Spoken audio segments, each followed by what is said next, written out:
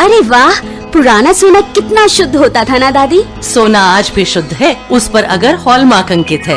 आप भी ध्यान रखें, सोना हमेशा BIS प्रमाणित ज्वेलर से ही लें। बिल अवश्य लें और जांच लें कि बिल पर अंकित और आभूषण पर अंकित शुद्धता समान है। अधिक जानकारी के लिए लॉग ऑन करें BIS.gov.in पर।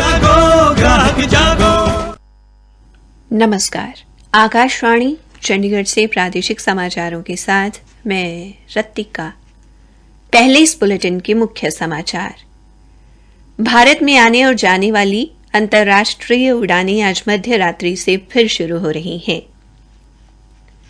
हरियाणा के मुख्यमंत्री मनोहर लाल ने हिसार स्थित केंद्रीय भैंस अनुसंधान संस्थान में वैज्ञानिकों को क्लोनिंग पर चल रहे शोध कार्यों को बढ़ावा देने के निर्देश दिए। मुख्यमंत्री ने जंभेश्वर विज्ञान एवं प्रौद्योगिकी विश्वविद्यालय में आम बजट से जुड़े महत्वपूर्ण बिंदुओं पर चर्चा की।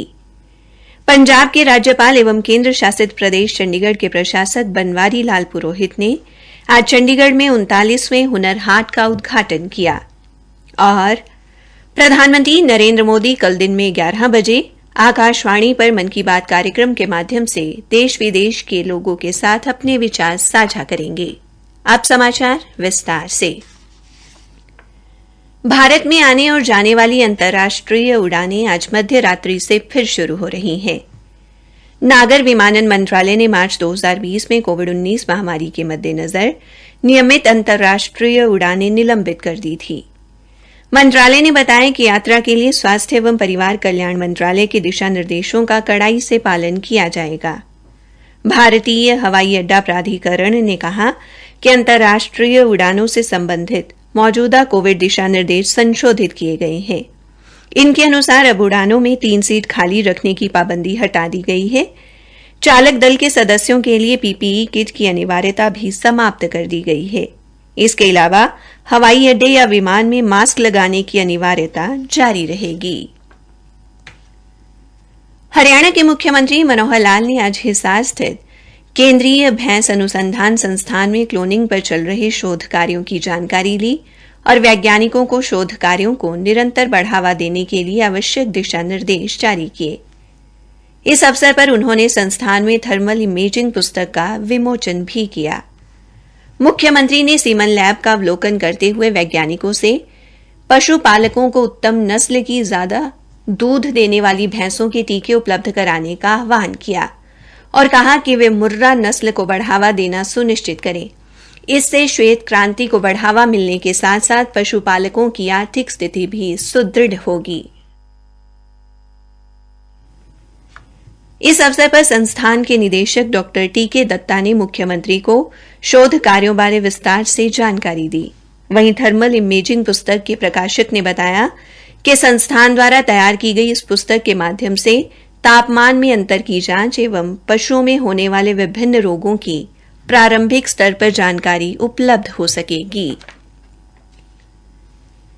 मुख्यमंत्री मनोहर लाल ने कहा कि उनकी सरकार ने प्रदेश के बजट को नई दिशा देने का काम किया है। उन्होंने कहा कि ये डायमंड बजट है जिसमें गुणात्मक वृद्धि पर जोर दिया गया है। इसमें समर्थ हरियाणा, सतत विकास और पर्यावरण जैसे विषयों पर विशेष तौर पर ध्यान केंद्रित किया गया है। मुख्यमंत्री आज हिसार स्थित जंभेश्वर विज्ञान एवं प्रौद्योगिकी विश्वविद्यालय में पिछले दिनों विधानसभा में पेश किए गए आम बजट से जुड़े महत्वपूर्ण बिंदुओं पर चर्चा कर रहे थे। उन्होंने कहा कि पहली बार बजट पेश करने के बाद 74 विधायकों की 8 समितियां बनाकर इस पर चर्चा की गई और अलग अलग सुझाव आमंत्रित किए गए। श्री मनोहर लाल ने कहा कि 2 से 22 मार्च तक चले बजट सत्र में 12 बैठकें हुई और 50 घंटे चर्चा चली। मुख्यमंत्री ने कहा कि बजट में हर वर्ग और क्षेत्र को पैसा दिया गया है।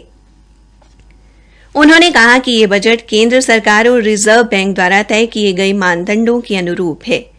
बजट में ऑर्गेनिक खेती को बढ़ावा देने के लिए 25-25 एकड़ के 100 क्लस्टर बनाए जाने की घोषणा की गई है। इसके अलावा शिक्षा का स्तर सुधारने के लिए प्रदेश में 500 मॉडल संस्कृति स्कूल खोलने की बात भी की गई है। मुख्यमंत्री ने कहा कि पहले की गई घोषणा के अनुसार हर जिले में मेडिकल कॉलेज बनाने का कार्य जारी है। इसके अलावा सरकार ने बजट में 2000 स्वास्थ्य देखभाल केंद्र खोलने की भी घोषणा की है। प्रादेशिक समाचार आकाशवाणी चंडीगढ़ से प्रसारित किए जा रहे हैं।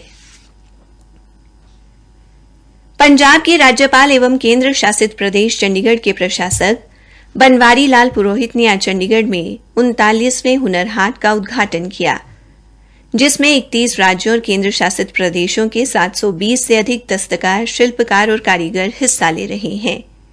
इस अवसर पर अपने संबोधन में श्री पुरोहित ने कहा कि राष्ट्रपिता महात्मा गांधी ने देश के गांव और छोटे उद्योगों को प्रोत्साहित करने की वकालत की थी। उन्होंने कहा कि हमारे देश में कुशल कारीगरों व दस्तकारों की कोई कमी नहीं है और हुनर हाट ने उन्हें उत्पाद बेचने के लिए एक बड़ा मंच प्रदान किया है।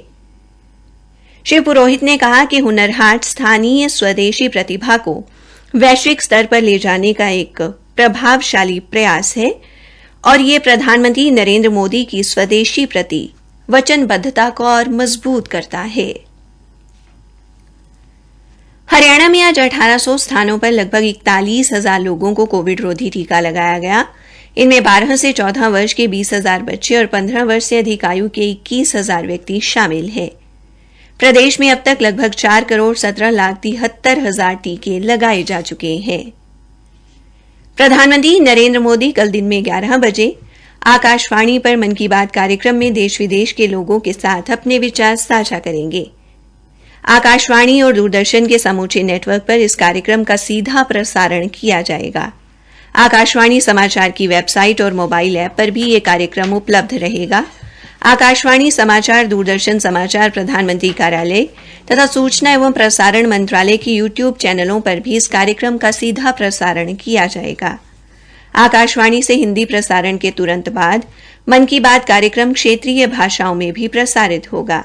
क्षेत्रीय भाषाओं में इसे रात 8 बजे फिर सुना जा सकता है। श्री गुरु तेग बहादुर के 400वें प्रकाश उत्सव के उपलक्ष्य में 24 अप्रैल को पानीपत में आयोजित होने वाले राज्य स्तरीय समारोह की तैयारियों को लेकर आर्य कॉलेज में खेल मंत्री संदीप सिंह की अध्यक्षता में एक बैठक की गई।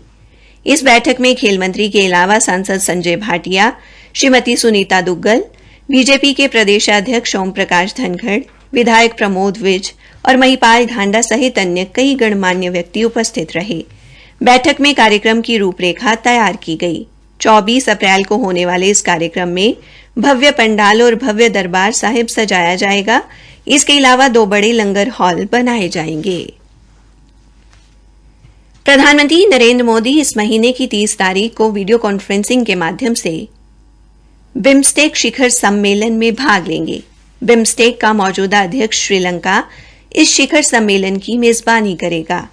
विदेश मंत्रालय ने एक बयान में कहा कि शिखर सम्मेलन की तैयारी के लिए बिम्स्टेक के वरिष्ठ अधिकारियों की बैठक परसों 28 मार्च को होगी और दूसरे दिन 29 मार्च को बिम्स्टेक विदेश मंत्रियों की बैठक होगी। सभी बिम्स्टेक सदस्य देश कोविड-19 महामारी की चुनौतियों और अंतर्राष्ट्रीय व्यवस्था में अनिश्चितताओं का सामना कर रहे हैं। बिम्स्टेक समूह तकनीकी और आर्थिक सहयोग के तात्कालिक लक्ष्य को प्राप्त करने में सहयोग बढ़ाने का काम करता है। विदेश मंत्रालय ने कहा कि शिखर सम्मेलन में इस विषय पर विशेष रूप से विचार विमर्श होने की संभावना है। अंत में मुख्य समाचार एक बार फिर। भारत में आने और जाने वाली अंतर्राष्ट्रीय उड़ानें आज मध्य रात्रि से फिर शुरू हो रही हैं। हरियाणा के मुख्यमंत्री मनोहर लाल ने हिसार स्थित केंद्रीय भैंस अनुसंधान संस्थान में वैज्ञानिकों को क्लोनिंग पर चल रहे शोध कार्यों को बढ़ावा देने के निर्देश दिए। इसी के साथ प्रादेशिक समाचार समाप्त हुए।